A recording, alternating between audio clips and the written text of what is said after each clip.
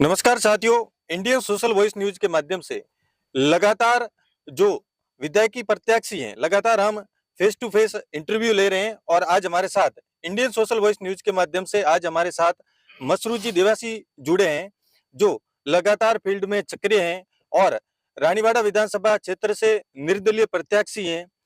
मसरूर जी, लगातार आप फील्ड में सक्रिय हैं। जैसे रानीवाड़ा में लॉन्ग टाइम चला अनिश्चितकालीन धरना प्रदर्शन की बात हो, उसके बाद में आप फील्ड में भी गए थे। क्या समीकरण देखकर और वापस आप निर्दलीय के रूप में रानीवाड़ा विधानसभा क्षेत्र में खड़े हुए? सबसे पहले तो आपका धन्यवाद और आपके माध्यम से जितने भी दर्शक यहाँ देख रहे हैं, उन सभी को मेरा दीपावली का बहुत-बहुत राम-राम। जिस तरह से आपने कहा कि लंबे समय से मैं सक्रिय हूँ, रानीवाड़ा को भीनमाल में शामिल करके भीनमाल को जिला बनाने का जो धरना था, उस संघर्ष का भी मैं एक हिस्सा रहा हूँ। ये यूँ है कि मेरा एक रानीवाड़ा विधानसभा पहली बात तो मेरी खुद की है। मैं यहाँ का निवासी हूँ, स्थानीय निवासी हूँ, हमारी सातों पीढ़ियाँ यहाँ पर रही और हज़ारों पीढ़ियाँ यहाँ पर रहेगी।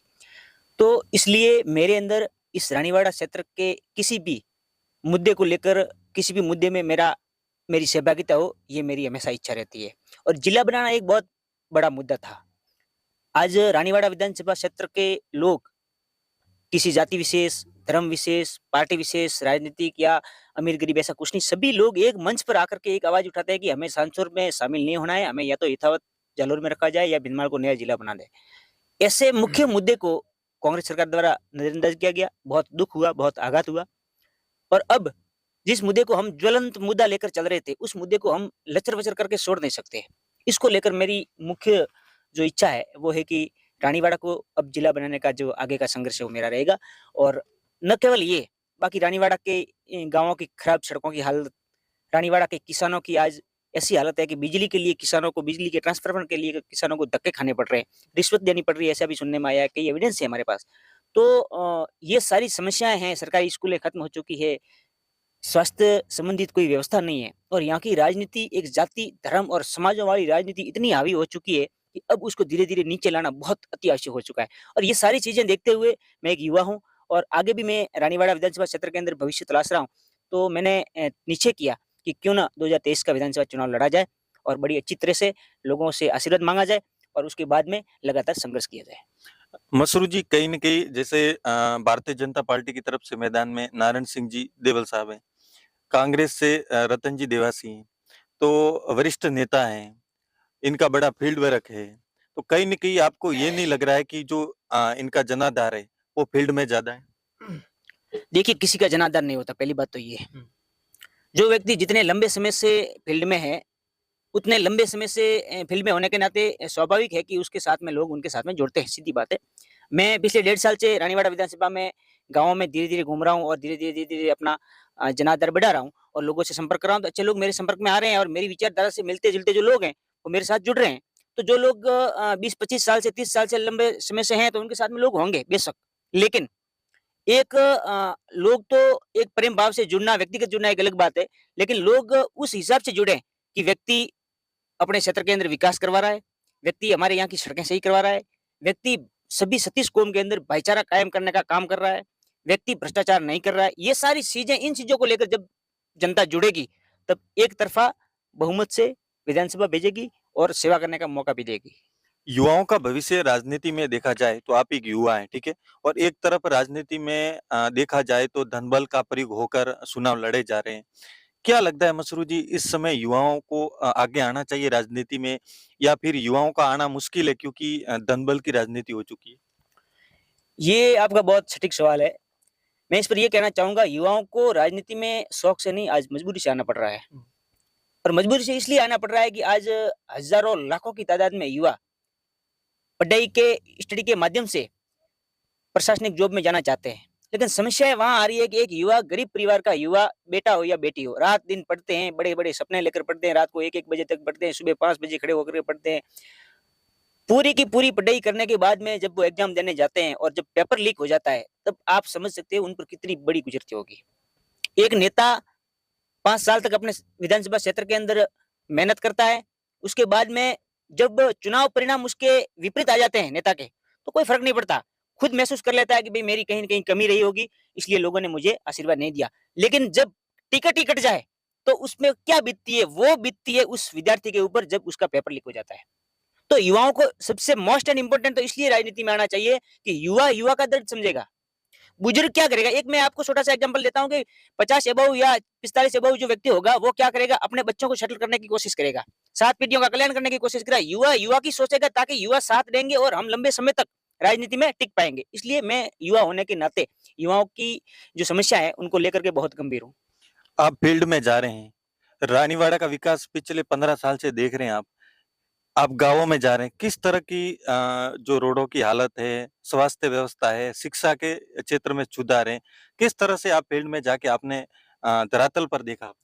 मैंने आपको पहले ही कहा कि यहाँ की राजनीति को एक गलत दिशा में डाइवर्ट किया गया है, दोनों पार्टियों के नेताओं द्वारा। गलत दिशा का मतलब राजनीति को जाति की तरफ ले गए कि ये इस समाज का है और ये इस जाति का है, इस जाति को इस जाति के साथ नहीं मिलता, इस जाति को इस जाति के साथ। ये सिस्टम ऐसा घुसा दिया कि लोग आपस में एक जाजम पर बैठ ही नहीं सकते। जब लोग एक जाजम पर बैठेंगे ही नहीं, आपस में प्रेम भाव से बैठेंगे ही नहीं, तो वो मुद्दे कैसे उठाएंगे? तो लोगों के लिए विकास कार्य मुद्दा अब बन ही नहीं रहा है, क्योंकि एक जाजम पर तो बिठाने लायक इन लोगों ने छोड़ा नहीं है। दोनों नेताओं की बात कर रहा हूं मैं। तो यहाँ की विकास की राजनीति आप कह रहे हो तो बहुत बहुत गर्त में है। आज रानीवाड़ा बहुत दर्द होता है देखते हुए कि हमारे यहाँ की सड़कों की चौड़ाई 1.5 फुट, बहुत ये यहाँ ये क्या कहते हैं, डूंगरी के आसपास में गया था 2 महीने पहले, मैंने वीडियो भी बनाया, मैंने हर सड़क के वीडियो बनाए। 1.5 फुट बीच में चौड़ाई है, साइड में से सड़क पूरी की पूरी कट गई। सरकारी स्कूलों की हालत देखो, सरकारी स्कूल के अंदर अगर आप जगह आकर प्रिंसिपल जी को पूछोगे कि साहब क्या स्थिति है, तो वो खुद परेशान है।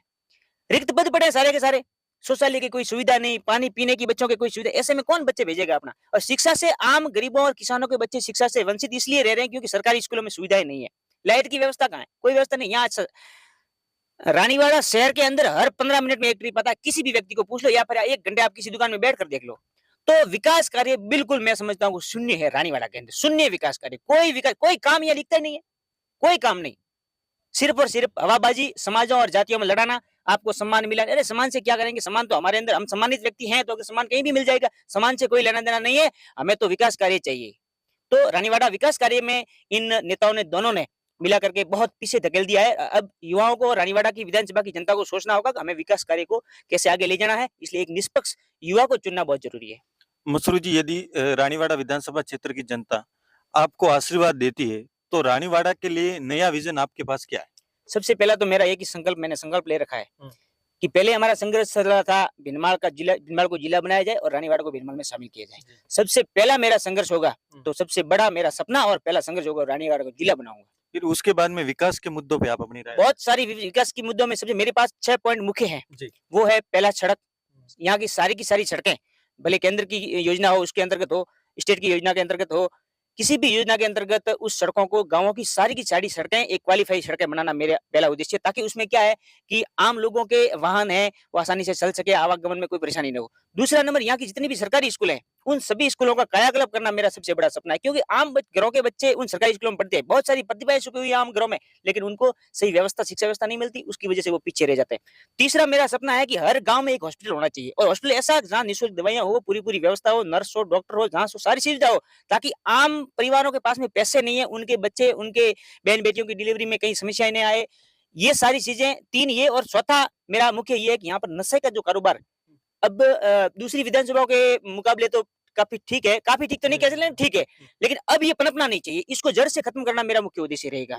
ठीक है, तो ये चीजें। और पांचवा जो मुख्य है वो ये है कि जातियों की और समाजों की जो लड़ाई शुरू है और जो राजनीति हुई है, उस राजनीति को बिल्कुल खत्म करके सभी जातियों को एक मंच पर लाना। सगा भाई भी अगर क्रिमिनल है तो उसको सबसे पहले जेल के अंदर डलवाना, और विपक्षी अगर अच्छे से अच्छा व्यक्ति है, इंसानियत वाला व्यक्ति है, तो उसको भी गले मिलाना। ये मेरी प्राथमिकताएं रहेगी। क्या आप विधानसभा चुनाव में आपको पार्टी की तरफ से आप निर्दलीय प्रत्याशी हैं, आपको सिंबल भी प्राप्त हो चुका है चुनाव आयोग से? बिल्कुल, चुनाव आयोग से मेरा सिंबल है, अलमारी का सिंबल है, और 9 नंबर का बटन है, यानी कि ईवीएम, पूरी ईवीएम का सबसे नीचे वाला बटन वो मेरा है। अगर किसी को याद नहीं रहे तो कोई चिंता करने की जरूरत नहीं, ईवीएम का सबसे नीचे वाला बटन दबा देना, आप सबका आशीर्वाद मिलेगा। तो ये बंदा, ये युवा आप सबके लिए हमेशा खड़ा रहेगा, हमेशा रानीवाड़ा की आवाज उठाता रहूंगा, और परिणाम जो भी हो, एक और कहता हूँ कि परिणाम जो भी हो, मैं मैदान में डटा रहूंगा। हमेशा रानीवाड़ा की जनता, किसानों के लिए, यहाँ की आवाम के लिए, यहाँ के मुख्य मुद्दे ये उठाने में हमेशा संघर्ष करता रहूंगा, और लंबे समय तक, जहां तक सांस है, रानीवाड़ा के लिए संघर्ष करता रहूंगा। तो अब आप निश्चित हो गया है कि चुनाव है और फील्ड में भी जा रहे हैं लगातार। बिल्कुल, फील्ड में जा रहे हैं, 2 दिन से वो प्रोसेस परमिशन वगैरह की और होर्डिंग बैनर छपवाना, ये सारी चीज़ें, गाड़ियाँ-वाड़ियाँ लगाना, ये सारा सिस्टम अब शाम तक पूरा हो जाएगा। जी। और कल दीपावली है, सब हम लोग पूरे रानीवाड़ा वासी दीपावली मनाएँगे। और दीपावली के लिए मेरे एक विशेष सभी को निवेदन ये है कि दीपावली हमारा हिंदुओं का बहुत अच्छा त्योहार है, सब खुशी से मनाएँ, लेकिन ध्यान रखें कि पशुओं का जो चारा-वारा अभी जो बरसात ऋतु में हुआ है, उस चारे से बच्चों को दूर रखें और पटाखे फोड़ने में थोड़ा ध्यान रखें, कहीं कोई आगजनी न हो, इस बात का विशेष ध्यान रखें और खुशी से मनाएँ। तो अगला मेरा ये दूसरे दीपावली से दूसरे दिन से मैं लगातार प्रचार में लग जाऊँगा और गाँव में मीटिंगें भी हम करेंगे, लोगों से डोर टू डोर भी मिलेंगे और पूरी की पूरी प्रोसेस अच्छी तरह से करूँगा मैं। जी, ये हमारे साथ रानीवाड़ा विधानसभा क्षेत्र के प्रत्याशी, निर्दलीय प्रत्याशी हैं मसरूर जी देवासी। उनसे हमने बात की, रानीवाड़ाओं के युवाओं की बात हो, क्षेत्र की समस्याओं की बात हो, नए रानीवाड़ा के विजन की बात हो, लगातार उनसे चर्चा हुई और भी हमारी फील्ड में इनसे मुलाकात होगी। कैमरामैन अल्पेश दहिया के साथ भरत वाणी का इंडियन सोशल वॉइस न्यूज़, राज्य।